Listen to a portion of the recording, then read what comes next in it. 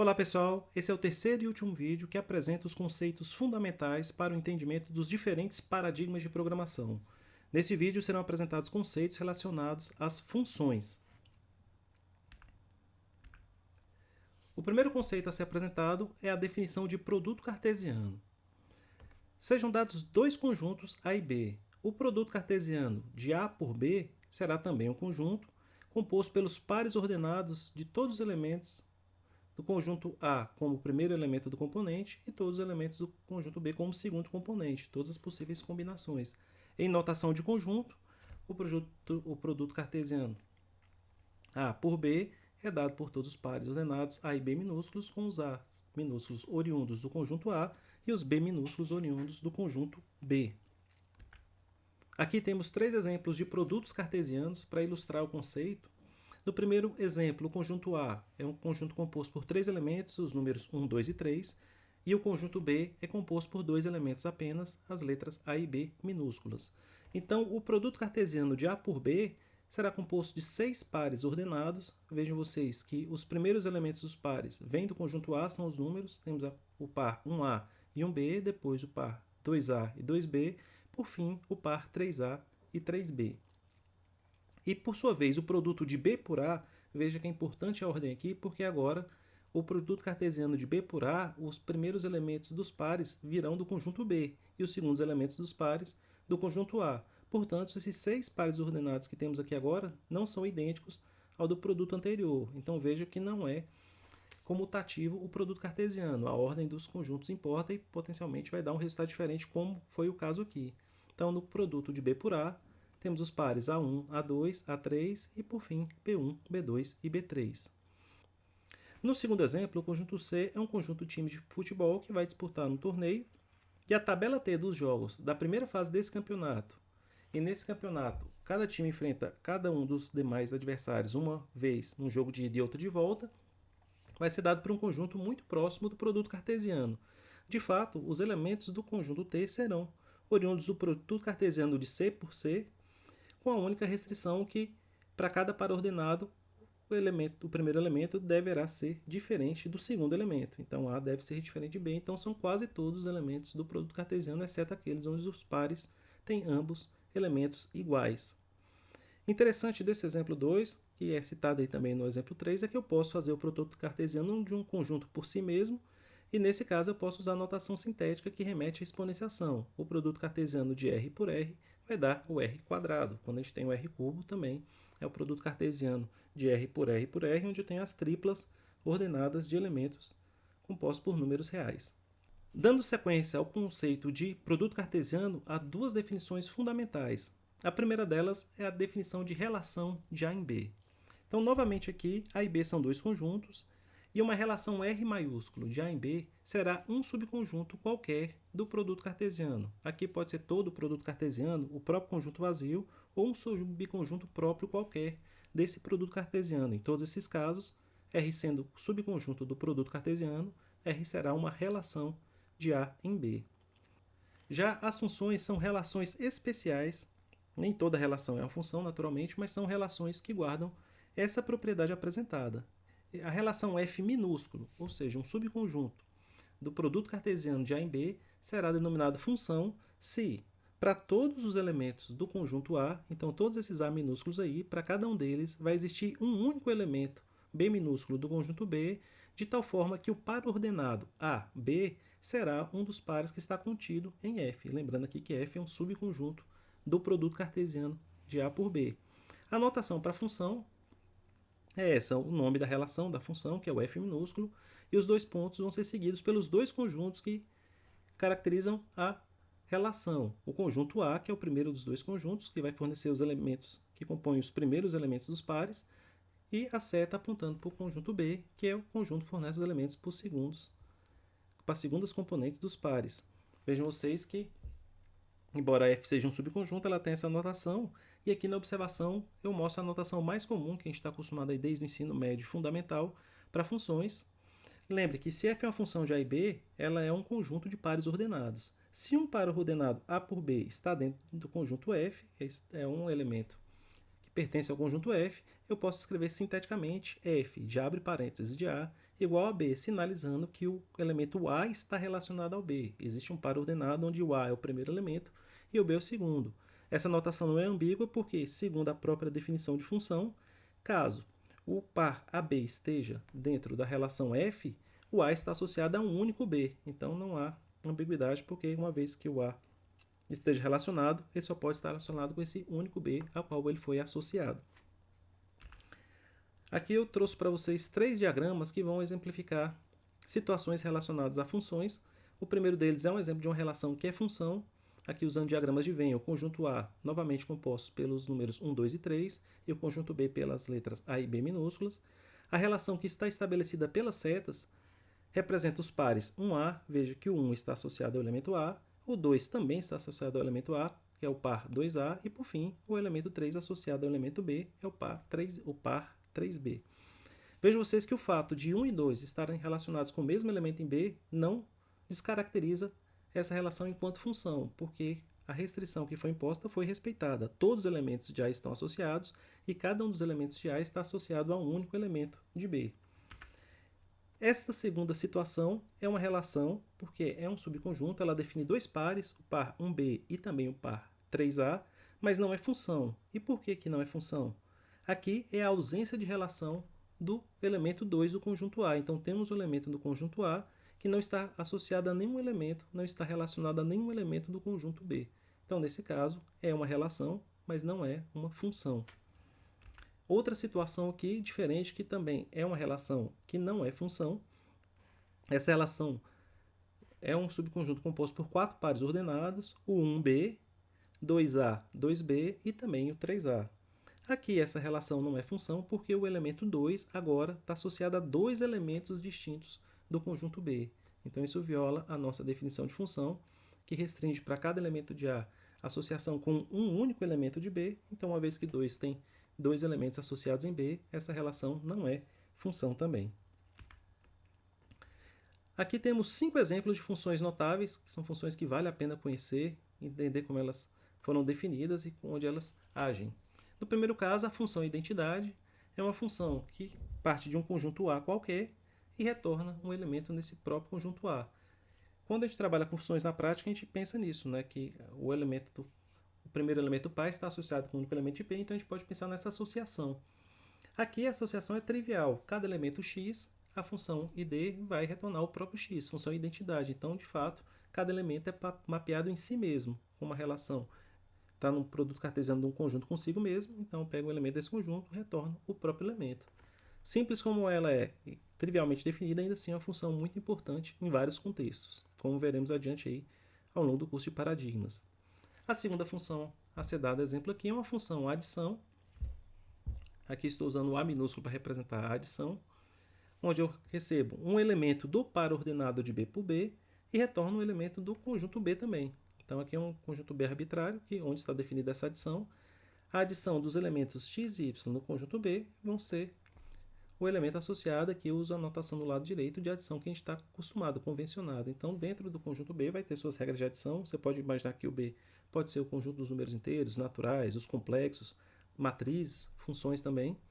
Cada um vai ter sua especificidade para definir essa adição, mas aqui o importante é que eu receba um par de números do conjunto que vai estar associado a um outro elemento do próprio conjunto B. No terceiro exemplo, está definida aqui a função delta de Kronecker, uma função bastante interessante. Aqui ela está definida nos inteiros, mas ela pode ser definida também em outros conjuntos numéricos. Importante que ela também, como adição, recebe um par de elementos e retorna agora 0 ou 1. E como ela vai fazer para decidir qual dos dois valores retornar? O delta, se eu recebo um par de elementos idênticos, aqui os elementos são i e j, se os elementos são idênticos, o retorno é 1. Caso contrário, se os dois elementos são distintos, ela retorna 0. Então essa função delta aí é bastante interessante também. Ela nos serve aí na prática para escrever essas relações de igualdade e diferença e pode simplificar a notação de determinadas fórmulas onde há situações condicionais do elemento ser igual ou diferente do que ele está sendo associado. No quarto exemplo, temos a função de decisão. Na função de decisão, veja que ela tem um subíndice x aí, eu já vou explicar por que ele está aí. Então, a função de decisão d de x, ela recebe de um elemento do conjunto y e associa ele a um valor booleano, verdadeiro ou falso. Então, a função d de x para um elemento y minúsculo do conjunto y maiúsculo será verdadeiro se o y for um elemento de x, se o elemento y pertence a x. Nos demais casos, ela associará o elemento falso. Então, essa função de decisão ela é definida para cada conjunto x, por isso que o x aí está como um subíndice de D. Eu poderia também ter anotado ela como um par ordenado, que recebe um par ordenado dos conjuntos x e y e faria a mesma associação. Então, são duas formas aí de anotar a mesma situação.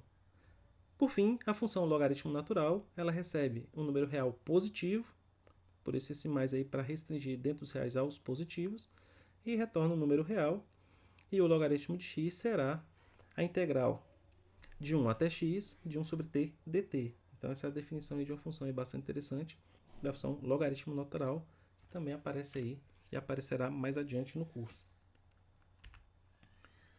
Aqui temos novos conceitos também associados àquilo que já foi apresentado anteriormente, mas dá nomes específicos para situações que acontecem quando a relação é a função. Então, assumindo que f é uma função de A e B, o conjunto A, que é o primeiro conjunto do nosso produto cartesiano, será denominado domínio da função, e o segundo conjunto, o conjunto B, o contradomínio. Vejam vocês que na definição de função é preciso que todos os elementos de A estejam associados, mas não é necessário que estejam associados todos os elementos de B. Para os elementos de B que houve associação, todos esses elementos formam a imagem da função. Vejam vocês aí, o conjunto IMG de F, imagem de F, será o conjunto de todos os elementos do conjunto B, para os quais existe ao menos um, pode existir mais de um elemento, mas pelo menos um elemento A minúsculo em A, que está associado, que o F de A será igual a B. Então, esse é o conjunto imagem. Em alguns casos, a imagem coincide com o contradomínio, mas é sempre verdadeiro que a imagem é subconjunto do contradomínio. Uma anotação alternativa para a imagem muito útil é você usar F e, em vez de passar um elemento específico, passar o conjunto inteiro, que é o conjunto domínio. O gráfico da função é um conjunto de pares ordenados, onde para cada elemento x de A, eu tenho um par ordenado que é o x e o f de x, que é o elemento de B associado. Então, aqui é uma definição do gráfico em termos de conjuntos. A gente está acostumado a fazer o gráfico plotando esses pontos no plano cartesiano, e aqui é a versão de conjuntos desse mesmo conceito. Assim como aconteceu no caso da lógica booleana, onde era possível formar novas proposições a partir de proposições conhecidas e dos operadores lógicos, e na teoria dos conjuntos, onde a partir de um par de conjuntos também era possível definir novos conjuntos por meio das operações em conjunto, é possível compor novas funções por meio da operação de composição de funções. Ao contrário dos exemplos que citei anteriormente, a composição de funções deve ser feita de maneira mais cuidadosa e com as garantias que devem ser dadas conforme a definição aqui apresentada. Imagine vocês que temos duas funções, a função f, cujo domínio é o conjunto A, o contradomínio o conjunto B, e a função g, cujo domínio é o conjunto C e o contradomínio é D. A primeira garantia que eu tenho que ter é que a imagem de f, que é um subconjunto de B, deve ser também subconjunto de C, ou seja, a imagem da função f deve ser subconjunto do domínio da função g. Nesse caso, eu posso sim fazer a composição de uma nova função h, cujo domínio será o mesmo domínio da função f e cujo contradomínio será o mesmo contradomínio da função g. Essa função será definida de tal forma que a função h será a composição, o símbolo de composição é esse círculo aí vazio, g de f de x, onde a função g mapeará o resultado da aplicação de f em x. Vejam vocês que f de x está na imagem de f, é um elemento do conjunto B, mas também é subconjunto de C, como a gente viu agora há pouco na nossa garantia, então eu posso, de fato, associar via função g ele a um elemento de D. Essa composição não é comutativa, ou seja, se eu trocar a ordem das funções, pode ser que haja ainda a possibilidade de fazer a composição, pode ser que não exista essa composição, porque essa garantia que eu tenho, que a imagem da função f ela é um subconjunto do domínio de G, pode não acontecer no sentido oposto. Antes de prosseguir com o exemplo, aqui um diagrama que ilustra a ideia da composição. Vejam vocês que um elemento A minúsculo do conjunto A é mapeado pela função f em um elemento C minúsculo do conjunto C. Esse C minúsculo aqui, essa parte marcada aqui, é a imagem de f, que é um subconjunto de B, mas também é um subconjunto de C. Então, esse C é mapeado no elemento D pela função G. Esse mapeamento pode ser feito diretamente por meio da função h, que é a composição de g de f de x. Então, a função h recebe o a minúsculo e retorna o D minúsculo diretamente por meio dessa composição, desde que a gente tenha essa garantia que a imagem da função para o domínio A seja um subconjunto do domínio C da função G. Nesse exemplo em particular, a função f de x é a função que recebe um elemento x real e retorna o quadrado desse elemento. Então, na notação de função que a gente definiu agora há pouco, f recebe um número real e associa ele a um real positivo. O quadrado de qualquer número real é um número positivo. A segunda função, a função g de x, associa cada número real positivo. A função g precisa que o número seja positivo. Nos números reais, a gente só consegue fazer a extração da raiz quadrada com números positivos. E a raiz quadrada de um número positivo, por sua vez, também é um número positivo. Então, uma composição possível seria a função h de x, que é definida por g de f de x.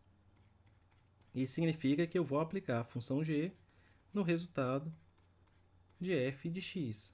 A gente viu agora na nossa definição que o x é elevado ao quadrado pela função f, então seria o g de x ao quadrado, que é a raiz quadrada de x ao quadrado. Vejam vocês aqui que a raiz quadrada de x ao quadrado, embora visualmente pareça que a gente possa fazer esse cancelamento e o retorno é x, de fato, isso é igual ao módulo de x. Isso por quê? Veja que h de 2 seria a raiz quadrada de 2 ao quadrado e, de fato, a raiz quadrada de 4 é 2. Mas h de menos 2, veja que o domínio da h será o mesmo domínio de f, portanto, os números reais, h de menos 2 seria raiz de menos 2 ao quadrado. Raiz de menos 2 ao quadrado também é a raiz de 4, que é 2. Portanto, não é x, é o módulo de x. Agora, se eu inverter a ordem dessa composição na função i de x será agora f de g de x. Então, eu inverti a ordem das funções da composição, agora eu vou aplicar a função f no resultado de g de x. Lembre que o domínio da função i será o mesmo domínio da função g. Então, receberei apenas números positivos. Então, terei o quadrado da raiz de x. A raiz de x é sempre um número positivo, que elevado ao quadrado dá um número positivo. Aqui sim, há o cancelamento e acontecerá a função identidade, porque essa função, em seu domínio, não há possibilidade de entrada de números negativos. O domínio de i é o mesmo domínio da função g, reais positivos.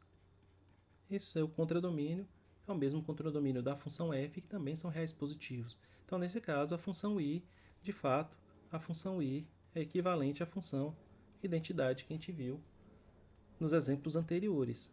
Então, o mais importante, que é o que eu queria mostrar para vocês, a composição de g de f de x, nesse caso, não é igual à composição de f de g de x. Existem casos que essa ordem, mesmo alterada, vai resultar na mesma função depois da composição, mas aqui é um exemplo que isso não acontece. Continuando com a apresentação dos conceitos associados às funções, há três conceitos bastante interessantes que estão relacionados diretamente com a definição de função. Então, vamos partir de uma função f definida de a em b, com domínio a contra domínio b. Essa função f será chamada função injetora se a igualdade dos elementos associados, se f de x é igual a f de y, implicar necessariamente que o x deve ser igual a y. Isso vale para qualquer par de elementos x e y escolhidos no conjunto A. O que acontece de fato? Aqui a notação matemática não deixa tão claro, mas aqui está dizendo que se um elemento de B estiver associado com algum elemento de A, ele estará associado com um único elemento de A. Então, um elemento de B não pode estar associado, nesse caso da função ser injetora, com mais de um elemento em A. A função será sobrejetora se a imagem coincidir com o contradomínio, ou seja, todos os elementos de B devem estar associados a algum elemento de A. Uma função f pode ser injetora sem ser sobrejetora e também pode ser sobrejetora sem ser injetora. Caso aconteça dela ser ambas simultaneamente injetora e sobrejetora, f será chamada a função bijetora. O que é interessante das funções injetoras, sobrejetoras e bijetoras é porque são conceitos associados à própria definição de função, só que em sentido oposto, às garantias que eu precisava, que f teria em relação ao conjunto A, ou seja, todos os elementos de A associados e cada um com um único elemento de B, eu estou vendo se eu tenho essa mesma garantia se eu partir de B para A. Se eu tiver todas essas garantias e a função for objetora, então, no sentido oposto de B para A também seria a função, e essa função receberá naturalmente um nome especial. Será a função inversa. Então, se a função f de A em B é bijetora, a função f que vai em sentido oposto, ele pega as associações feitas para a função f e só troca a ordem dos elementos do par ordenado. Então, o par ordenado que a função f define de A em B se torna um par ordenado de B em A. Então, a função inversa recebe essa notação aí de expoente negativo, f elevado a menos 1, será a função que para cada B eu pego o único elemento que foi associado em A. Como ela é uma função bijetora, eu sei que todos os elementos de B foram associados e cada um com o único elemento de A. Novamente, não há ambiguidade. Então, se f-1 de B dá A, isso acontece se e somente se, porque o f de A era B. Então, a partir do f eu consigo saber qual é o valor para f-1 e de f-1 eu também consigo saber o valor para f. Funções bijetoras têm sua função inversa e a composição de f com a inversa sempre dará a função identidade. Então, veja, se eu compor f com f-1 e aplicar no ponto y, o resultado será o y. E se eu fizer na ordem contrária, aplicar a função f-1 no resultado de f de x, o resultado será x. Então, será sempre a função identidade. Então, aí tem uma família grande de exemplos de função cuja composição com outra função dá sempre o mesmo resultado. Aqui eu usei variáveis diferentes para sinalizar o x e o y, mas de fato as duas composições aí são idênticas e são todas elas a função identidade.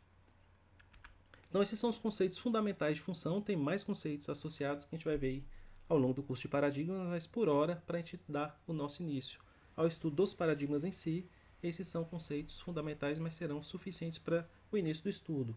Essas são as 3 referências que foram utilizadas na elaboração do material apresentado nesse momento. E, finalizando essa primeira série de 3 vídeos, vamos dar sequência ao nosso curso apresentando o primeiro de uma série de vídeos sobre o cálculo lambda, que é um modelo computacional que vai dar fundamento teórico para o paradigma de programação funcional. Obrigado, pessoal, e até o próximo vídeo.